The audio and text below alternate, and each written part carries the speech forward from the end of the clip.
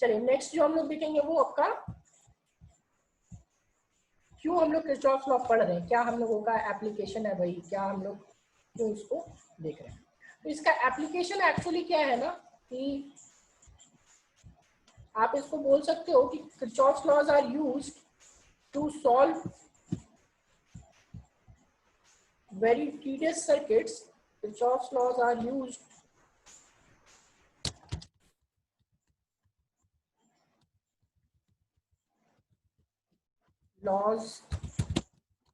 used to solve very tedious circuits where series and parallel can't be identified. जहां भी series और parallel आप identify नहीं कर पा रहे हो वहां पे आप क्या कर सकते हो, सिंपली किरचॉफ्स लॉ का यूज कर सकते हो ताकि हमारा काम हो जाए। ठीक है, और method to apply Kirchhoff's law next जो है वो आपका क्या बता रहा हूँ, method to apply Kirchhoff's laws. Point wise बताते जा रहा हूं। सबसे पहला जो आपको काम करना है वो क्या करना है कि आपको जो भी नंबर ऑफ लूप्स आइडेंटिफाई कर लेने हैं। ठीक है, जैसे आपका जो भी है, जितने भी मैसेज है, जो भी सर्किट दिया हुआ है उस सर्किट में आप नंबर ऑफ लूप्स आइडेंटिफाई करो। आइडेंटिफाई यानी कि कंप्लीट सर्किट। ठीक है, कंप्लीट सर्किट अभी आपको बताया कि क्या होता है कंप्लीट सर्किट भाई। कंप्लीट आपका जो सर्किट रहे सर्किल टाइप का, लूप रहे, मेश रहे। ठीक है, तो पहला यहाँ पे क्या लिखेंगे, identify the number of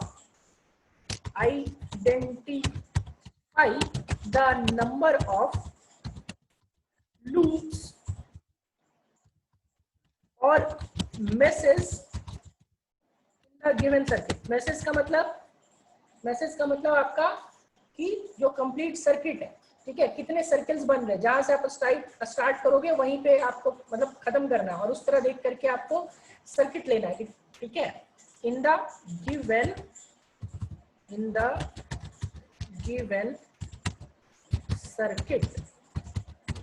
second number में क्या करना होता है कि जो भी चीज आप दे रहे हो, जैसे अभी आपने क्या किया कि जितने भी आपने सर्किट लिए उन सब सर्किट्स में आपको क्या करना होता है कि आपको करंट देना होता है।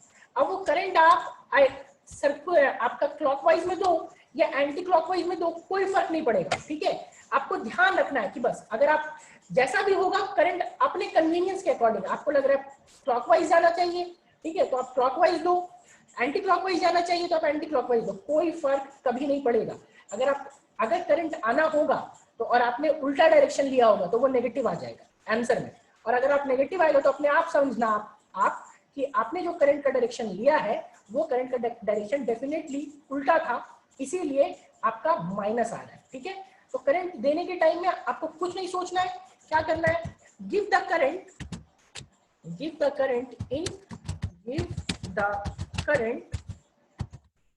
in each loop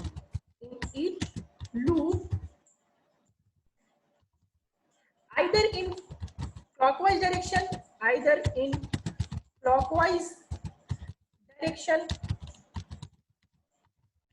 or in anti-clockwise direction according to your convenience, according to your anti-clockwise direction according to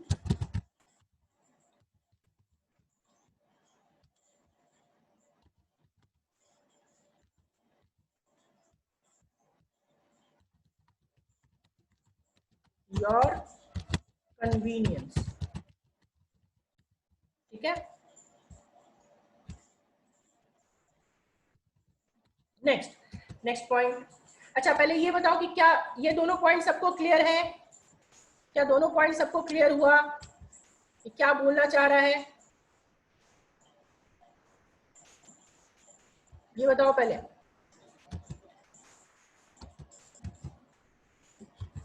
क्या ये दोनों पॉइंट सबको क्लियर है?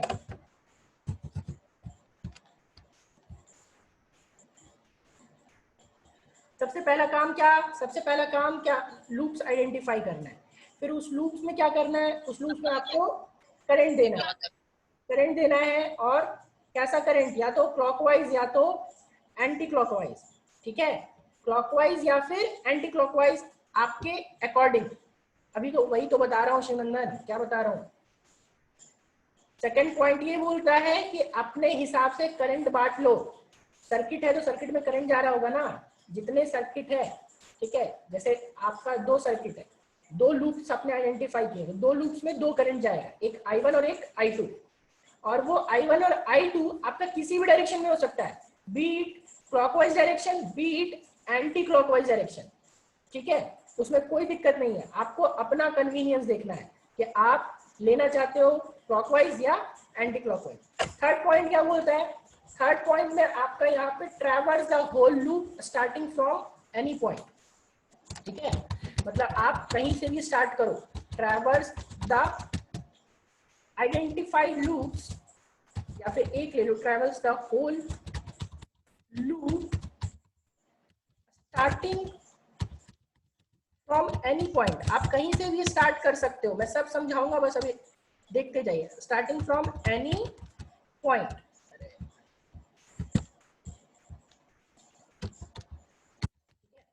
कहीं से भी स्टार्ट करो, बस इसको ट्रैवर्स का मतलब होता है ट्रैवल करना। ठीक है, लूप के एक पॉइंट से दूसरे पॉइंट तक मूव करना, ध्यान रखिएगा। ट्रैवर्स का क्या मतलब कि आपका कहीं से भी ट्रैवल करना, लूप के एक पॉइंट से दूसरे पॉइंट, यानी सर्किट के एक पॉइंट से दूसरे पॉइंट तक ट्रैवल करना।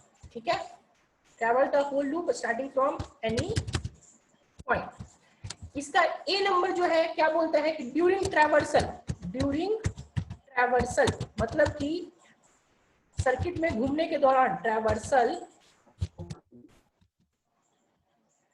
एक voltage drop of resistor, take voltage drop of resistor as positive, मतलब कि during traversal take voltage drop of resistor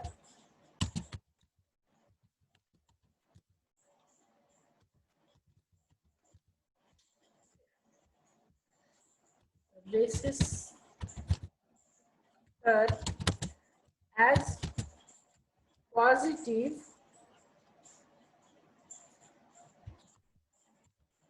when traveling in the direction of current, in the direction of current। ठीक है, मतलब हम लोग जब डायरेक्शन करंट के direction में जाएंगे तो जो वोल्टेज ड्रॉप रेसिस्टेंस का आएगा, ठीक है, जैसे रेसिस्टेंस मान लो 5 एम्पियर 5 ओम का है, करंट 2 एम्पियर का जा रहा है, तो 5 × 2 आपका उसका वोल्टेज ड्रॉप हो गया। ठीक है, 5 × 2 = 10। लेकिन अगर करंट के डायरेक्शन में जा रहे हैं तो करंट के डायरेक्शन में जाने में आपका क्या होगा, उसको हम लोगों को पॉजिटिव लेना है। ठीक है, वाइल और करंट के ऑपोजिट में जाएंगे, अगर करंट के ऑपोजिट में जाएंगे तो आपका नेगेटिव लेना है। While negative when travelling in the opposite, travelling opposite to the direction of current. देखिए एक चीज और बता रहा हूँ, ये जो मैं रूल्स लिखवा रहा हूँ, ये रूल्स कहीं नहीं पूछेगा, किसी एग्जाम में नहीं पूछेगा, ये मेरे बनाए हुए रूल्स है। ये आपको किरचॉफ्स लॉ को सॉल्व करने में हेल्प करेगा, समझने के लिए, क्योंकि किसी को भी कोई एक प्रॉपर रूल नहीं पता होता है किरचॉफ्स लॉ कैसे लगाते हैं। तो ये मेरे बनाए हुए रूल्स है, जो आप फॉलो करोगे तो कहीं पे भी फंसोगे नहीं, किरचॉफ्स लॉ के सर्किट जो है वो बन जाएंगे एग्जाम में। ये not for the exam purpose of view, ना ही कॉम्पिटिशन और ना ही आपका किसके लिए, ना ही आपका एग्जाम कंपटीशन के लिए और ना ही आपका बोर्ड्स के लिए। ठीक है, ये पूछने वाला नहीं है, रूल्स आपको लिखने नहीं आएगा कि रूल्स आप लिखो, नहीं, आपको ये समझने के लिए है कि न्यूमेरिकल किरचॉफ्स लॉ का यूज करके कैसे सॉल्व होगा। ठीक है, तो नेक्स्ट इसका सेकंड ट्रैवल्सर के टाइम पे जो सेकंड पॉइंट है, सेकंड पॉइंट क्या होता है ड्यूरिंग ट्रैवल्सर। ये एक तो हमने क्या ले लिया, किसका लिया, रेसिस्टेंस का, ठीक है। अब हम लोग को सोचना है ईएमएफ का ड्यूरिंग ट्रैवर्सल, मतलब ट्रैवल करने के टाइम पे, traversal take EMF of, take EMF of cell, EMF of cell as positive if positive polarity comes first, if positive polarity, if positive polarity comes first, positive polarity comes first and take EMF as negative if negative polarity comes first, if negative polarity comes first, मतलब EMF को positive लेना है। अगर आपका पहला बड़ा वाला जो, जैसे सेल आप जब देते हो तो सेल का दो पार्ट होता है, दो पोलैरिटी होता है, एक बड़ा वाला एक छोटा वाला, तो बड़ा वाला को हम लोग पॉजिटिव लेके चलते हैं। तो अगर ट्रैवर्स कर रहे हैं, ट्रैवर्सल के ड्यूरेशन में अगर पहला वाला पॉजिटिव वाला पहले आता है तो उसका ईएमएफ को हम लोग पॉजिटिव लेंगे, और अगर आपका नेगेटिव आता है तो हम लोग, छोटा वाला पहले आता है तो हम लोग क्या करेंगे, नेगेटिव लेंगे, ठीक है ना। फोर्थ पॉइंट क्या बोलता है, complete the traversal such that, complete the traversal such that starting and ending point is same, मतलब जहां से स्टार्ट करना है वहीं पे खत्म करना है, ठीक है। Such that starting and ending point is same, ending point is same, ठीक है। पूरे लूप में जब घूमने के ड्यूरेशन में, तो आपको जैसे आप सर्किल में पूरा कंप्लीट टाइम पीरियड करते हो ना, तो वैसे ही हम लोगों को क्या करना होता है, जहां से स्टार्ट करना होता है वहीं पे खत्म करना होता है। फिफ्थ पॉइंट में देखते हैं, फिफ्थ पॉइंट में क्या है, form the number of equation, जो भी नंबर आप, जितने भी आपके लूप्स होते हैं ना, उतने आपको नंबर ऑफ इक्वेशन फॉर्म करने होते हैं, ठीक है। Form the number of equation, form the number of equation equal to the number of identified loops। आपने अगर दो लूप बनाए थे तो आपको नंबर ऑफ इक्वेशंस दो आएंगे, ठीक है। अगर दो लूप होगा तो नंबर ऑफ इक्वेशंस कितने आएंगे, दो। तीन लूप होगा तो नंबर ऑफ इक्वेशन कितने आएंगे, तीन। चार आएगा तो चार, इसी तरह कंटिन्यू आपका होता जाएगा, ठीक है। नेक्स्ट, solve the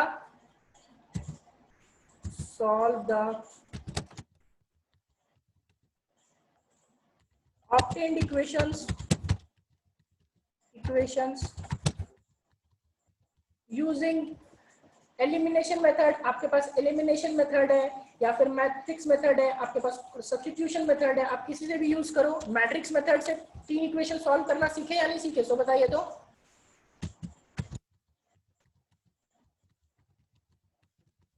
मैट्रिक्स खत्म हुआ,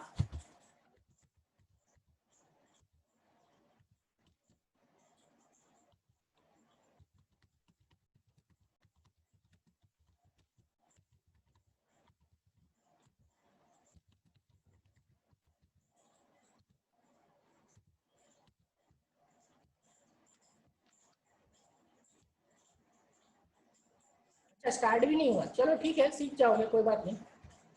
चलो, अब इस रूल को जो मैंने बताया, यहाँ पे जो 6 रूल्स मैंने बताए, ठीक है, इस रूल को हम लोग अप्लाई कैसे करेंगे वो चीज देखना है। अभी सब आप लोग देखोगे कि यहाँ पे आपको क्या है, अप्लाई कैसे करना है, ठीक है। चलो, मैं एक सर्किट आपको दे रहा हूँ, उस सर्किट को आप लोग आइडेंटिफाई करना, ठीक है। देखो, किरचॉफ्स लॉ कैसे अप्लाई करेंगे वो सिखा रहा हूँ।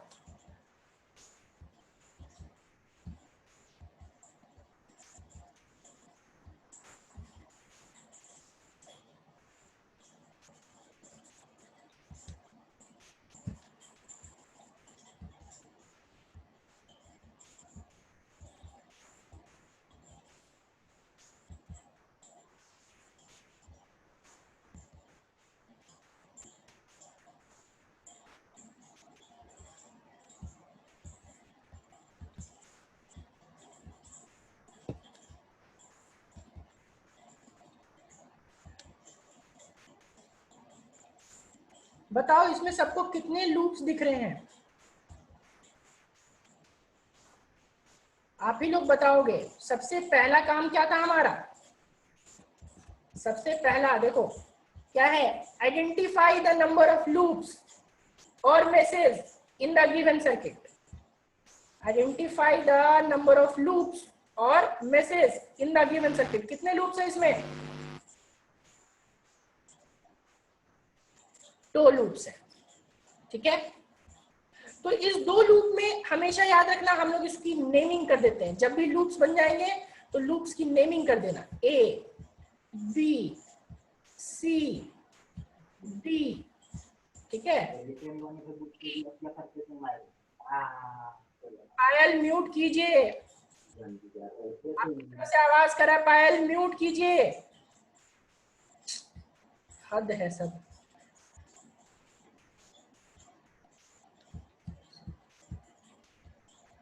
आप लोग करते ही क्यों अनम्यूट, मुझे समझ में आता नहीं है। आप लोग का हाथ में छेड़छाड़ होते रहता है क्या? क्यों करते हो अनम्यूट, सो बताओ तो।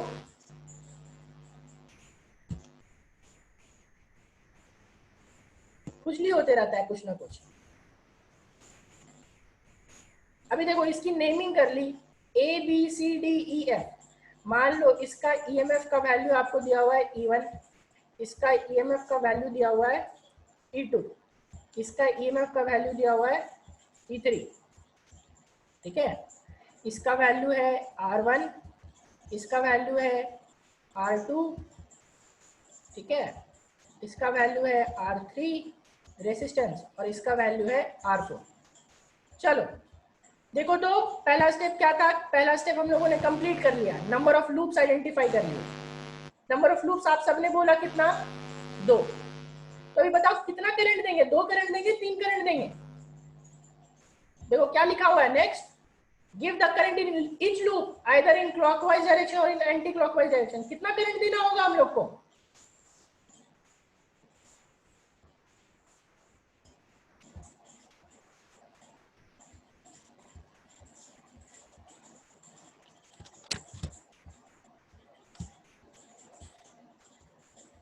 तीन। 3 क्यों आ रहा है? 3 करंट क्यों होगा? लूप तो 2 आइडेंटिफाई किया तो 2 करंट ना देंगे। 3 कहां से आ रहा है? सो बताओ, जब लूप ही 2 आइडेंटिफाई किया है, लूप हमने कितना आइडेंटिफाई किया? 2। तो लूप 2 आइडेंटिफाई किया तो फिर हम लोग कितना देंगे बताओ? आप ही खुद ही सोचो ना।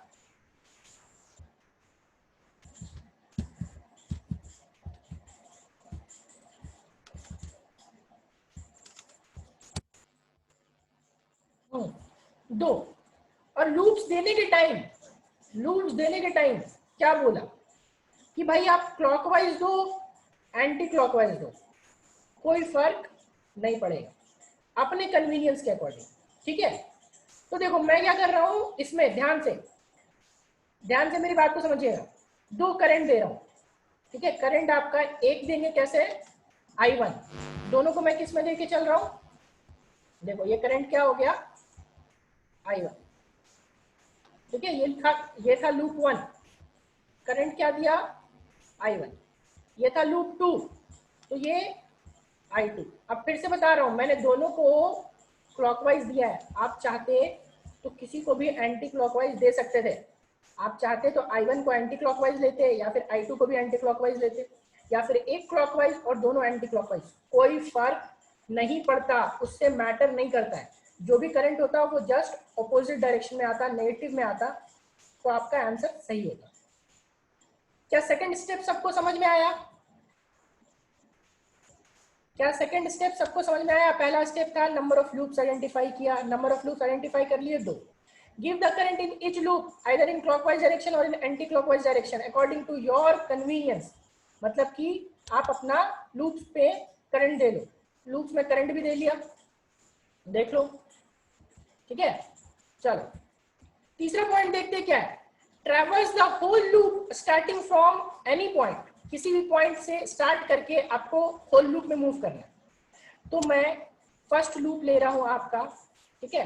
फर्स्ट लूप ले रहा हूं फॉर लूप 1, लूप 1, ठीक है। लूप 1 मैं कहां से स्टार्ट कर रहा हूं? ए से। देखो ध्यान से मेरी, मैं फिर बता रहा हूं, मैं ए से स्टार्ट कर रहा हूं, लेकिन आप कहीं से भी स्टार्ट कर सकते थे, आप बी से भी स्टार्ट कर सकते थे, आप सी से भी स्टार्ट कर सकते थे, और आप एफ से भी स्टार्ट कर सकते थे। तो मैं करूंगा ए के बाद आप कहां जाओगे? एफ। और जरूरी नहीं कि एफ हो, आप बी पे भी जा सकते थे, पहले ही बता रहा हूँ, मैं हर चीज पे हर स्टेप को बताते जा रहा हूँ। आप ए से स्टार्ट कर सकते हो, बी से स्टार्ट कर सकते हो, सी से स्टार्ट कर सकते हो, एफ से स्टार्ट कर सकते हो, और आप कहीं भी मूव कर सकते हो। ए से एफ मूव कर सकते हो, एफ से सी मूव कर सकते हो, कहीं से भी ए से एफ, और या फिर ए से बी भी मूव कर सकते हो। तो मैं मूव कर रहा हूँ ए से एफ, एफ से सी, सी से बी, ठीक है। साथ में ये भी ध्यान रखो, साथ में ये भी ध्यान रखो कि क्या बोला, देखो, whole loop starting from any point, complete the traversal such that starting and ending point is same, मतलब कि आप जहां से स्टार्ट करोगे वहीं पे खत्म करना है। तो क्या लिखना है? A F C B A, ठीक है, A F C B A. Now equation form करने, इक्वेशन फॉर्म करने टाइम ध्यान रखना है कि सबसे पहला कौन सा पोलैरिटी, देखो पहला ईएमएफ आया, तो ईएमएफ वाला जरा सा रूल पे जाओ, तो ईएमएफ वाला रूल क्या बोलता है? During traversal, take EMF of cell as positive if positive polarity comes first, and take EMF as negative if negative polarity comes first. आप लोग बताओ, जब A से F के टाइम जा रहे हैं, तो A से F जाने में EMF E1 का पॉजिटिव पोलैरिटी है या नेगेटिव पोलैरिटी है? A से F जाने में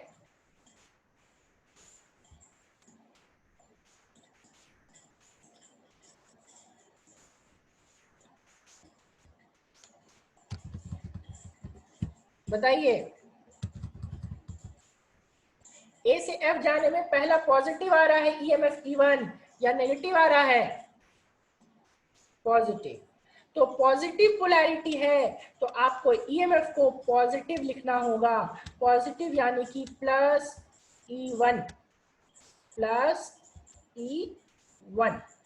नेक्स्ट माइनस, ठीक है, माइनस तो नहीं लिखेंगे, प्लस यहाँ पे लिखो। अभी देखो, आप बताओगे एफ से बी सी के बीच, ध्यान रखना, आप जिस लूप में ट्रेवल कर रहे हो उस लूप का करंट को बड़ा रखना है, ठीक है, जिस लूप में ट्रेवल कर रहे हो उस लूप का करंट को बड़ा रखना है। देखो तो इससे जो करंट जाएगा, क्या इससे जो करंट जाएगा I1 माइनस I2 जाएगा या नहीं जाएगा? जो R2 से करंट जा रहा है वो I1 माइनस I2 जाएगा या नहीं जाएगा? सोचो, I1 नीचे जा रहा है, I2 ऊपर जा रहा है, तो करंट क्या होगा? करंट थ्रू R2 क्या होगा? Current through R2 is what? Current through R2,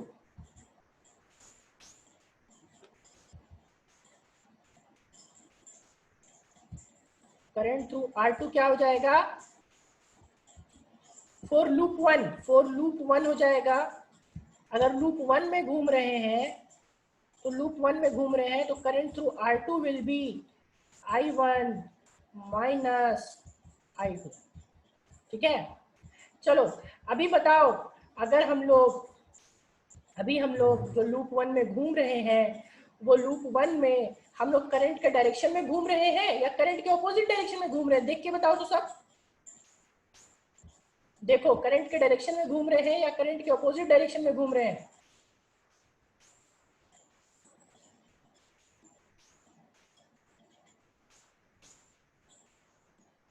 loop 1 के करंट, सवाल ये है कि करंट लूप 1 में करंट के डायरेक्शन में घूम रहे हैं या करंट के ऑपोजिट डायरेक्शन में घूम रहे हैं? करंट के डायरेक्शन में घूम रहे हैं। तो करंट के डायरेक्शन में देखो क्या बोला कि during traversal take voltage drop of resistor as positive when travelling in the direction of current. तो डायरेक्शन ऑफ करंट में जब घूमेंगे, तो डायरेक्शन ऑफ करंट में घूमेंगे तो हम लोगों को रेसिस्टेंस का वोल्टेज ड्रॉप क्या लेना है? पॉजिटिव लेना है। देखो रूल में है ना लिखा हुआ कि रेसिस्टर का पॉजिटिव लेना है व्हेन ट्रैवल करेंगे कब? उसके डायरेक्शन में। तो क्या लिखेंगे? पॉजिटिव, यानी कि पॉजिटिव वोल्टेज ऑफ R2। तो वोल्टेज ऑफ R2 यानी कि I इंटू आर, आई, तो I क्या है? I है I1 माइनस I2। R2 के थ्रू करंट क्या जा रहा है? I1 माइनस I2, तो लिख दिए I1 minus I2 into voltage उसका IR होता है ना, तो I1 minus I2 into R2। ठीक है, फिर R4 के पास जाएंगे, A से F हो गया, F से C हो गया, C से B जा रहे हैं, तो C से B में भी हम लोग करंट के डायरेक्शन में ही फ्लो कर रहे हैं। तो करंट के डायरेक्शन में फ्लो कर रहे हैं, और कौन सा करंट फ्लो कर रहा है, इस जगह से सिर्फ I1 फ्लो करेगा। देखो, इससे सिर्फ और सिर्फ I1 फ्लो करेगा। तो I1 फ्लो करेगा तो लिखेंगे I1 into R4, I1 into R4। Next B से A जाएंगे, तो B से A जाएंगे, तो B से A जाने में लिखेंगे R1, R1 है, लेकिन यहाँ से करंट कितना जा रहा है, I1 जा रहा है, तो I1 जा रहा है तो लिखेंगे प्लस I1 R1। ठीक है, और इक्वल टू 0। ये कौन सा रूल है, अप्लाइंग KVL। हम लोग क्या अप्लाई किए हैं, अप्लाई किए हैं हम लोग KVL, applying Kirchhoff second rule या फिर KVL। ठीक है, क्या सबको समझ आया कि फर्स्ट इक्वेशन कैसे लिखा गया है, बताओ। ये समझना बहुत जरूरी है, और जो लोग आज का क्लास अटेंड नहीं किए हैं उनके लिए बहुत दिक्कत होने वाला है आगे। ठीक है, सब बच्चे का KVL KCL लिखने में बहुत दिक्कत होता है, तो आज क्लास जो अटेंड नहीं करेंगे उनका पूरा एकदम गुड़ गोबर हो जाएगा, कुछ नहीं कर पाएंगे वो, KCL KVL का क्वेश्चन बनेगा ही नहीं उनसे। ठीक है, चलो ये था हमारा तरीका। ठीक है, अभी देखो, अभी क्या हुआ कि मैंने कहां से कहां गया, A से गया A पे। ठीक है, और साथ में ध्यान रखना था हम लोगों को, कि ध्यान रखना था कि डायरेक्शन पॉजिटिव लिए थे। अब देखो, मैं सेकंड वाला जस्ट ऑपोजिट लूंगा, 4 लूप। पिछले बार हम क्लॉकवाइज में गए ना, तो इस बार हम एंटी क्लॉकवाइज में जाएंगे, तो 4 लूप 2। अब लूप 2 में मैं कहां से स्टार्ट करूं, आप ही बताओ, ये जो सेकंड लूप है उसमें कहां से स्टार्ट करूं, E से, F से, C से या D से, जल्दी बताओ, टाइम नहीं है, 8 ही मिनट बचा हुआ है, फिर हम लोग स्टार्ट करेंगे, बताओ।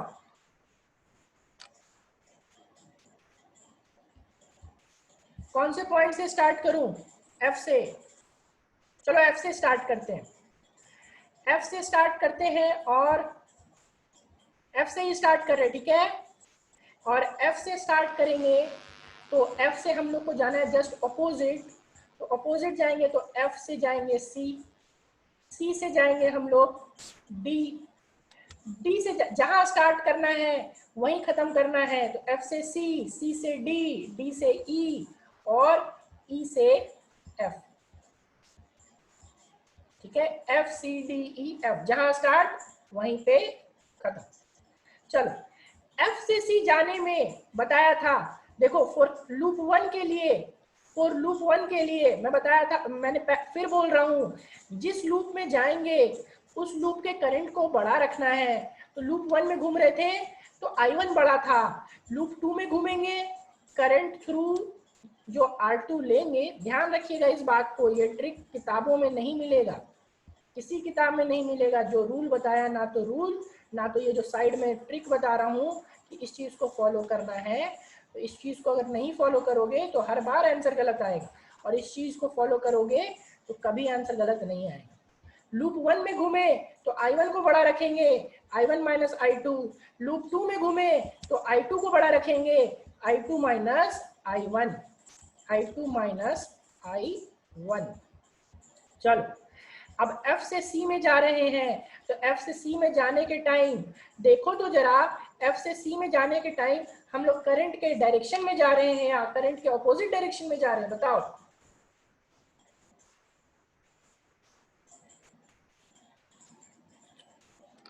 F से C जाने में करंट के डायरेक्शन में जा रहे हैं या करंट के ऑपोजिट डायरेक्शन में जा रहे हैं, ऑपोजिट डायरेक्शन में जा रहे हैं। तो ऑपोजिट में रूल क्या बोलता था, पढ़ लेते हैं एक बार।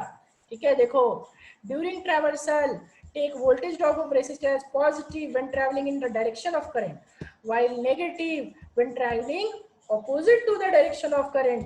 मतलब opposite जा रहे हैं तो resistance वाले का क्या लेना है, नेगेटिव लेना है, ठीक है। तो यहाँ पे देखो क्या करेंगे, सबसे पहले करंट, अब R2 के थ्रू जा रहे हैं तो RT के करंट के अपोजिट जा रहे हैं, तो करंट के अपोजिट जा रहे हैं तो माइनस लगाना पड़ेगा। माइनस लगाने के साथ करंट क्या लेंगे, current will be I2 minus I1। क्यों I2 माइनस I1 बोलोगे सर, पहला में I1 माइनस I2 लिए, दूसरा में I2 माइनस I1 लिए। बाबू ये रूल कुछ पूछने का जरूरत नहीं है, फॉलो करो, जिसको समझना होगा ऑफलाइन क्लासेस स्टार्ट होंगे मैं समझा दूंगा, फिलहाल इस चीज को फॉलो करो, नहीं तो किरचॉफ लॉ में बहुत दिक्कत होगा। I2 माइनस I1 लिख लो, माइनस लिख लो, और यहाँ पे रेजिस्टेंस कितना है R2, तो आंसर हो गया, और यहाँ पे लिख लिए क्या R2, I2 minus I1 into R2। अब देखो E3 का कौन सा पोलैरिटी पहले आ रहा है बताओ तो, पॉजिटिव या नेगेटिव। जब C से D जाएंगे तो पॉजिटिव या नेगेटिव बताओ,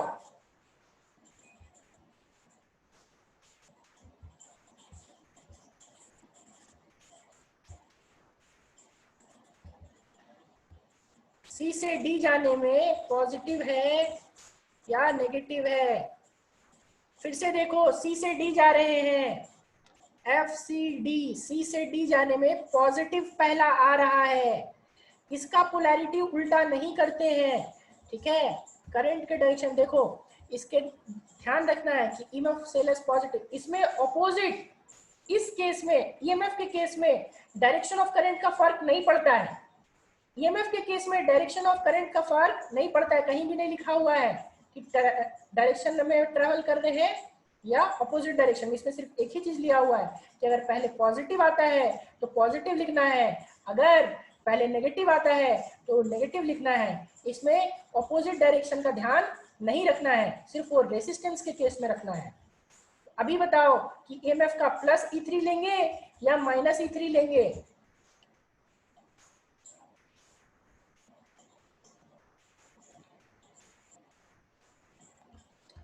प्लस E3 लेंगे या माइनस E3 लेंगे,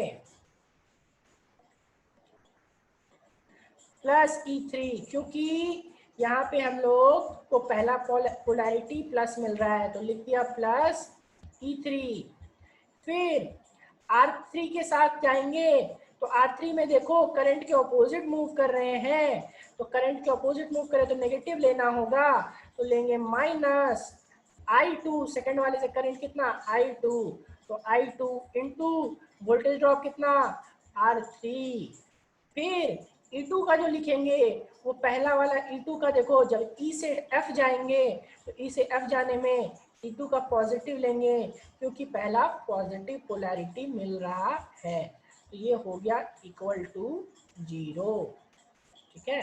यहाँ भी लिख लेना अप्लाइंग KVL, फ्रॉम KVL या फिर अप्लाइंग KVL। क्या सेकंड वाला लूप का भी क्लियर हुआ,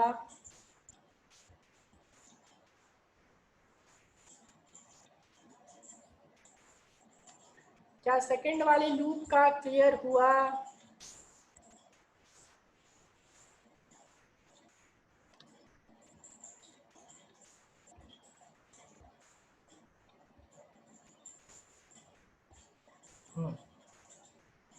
चलिए फिर अभी इतना ही रखते हैं इस वाले क्लास में, और अभी फिर से सबको रिज्वाइन करना है क्योंकि जब तक ये क्लियर नहीं होगा छोड़ूंगा नहीं, और ये आसानी से क्लियर होने वाला नहीं, सब कोई रिज्वाइन कीजिए।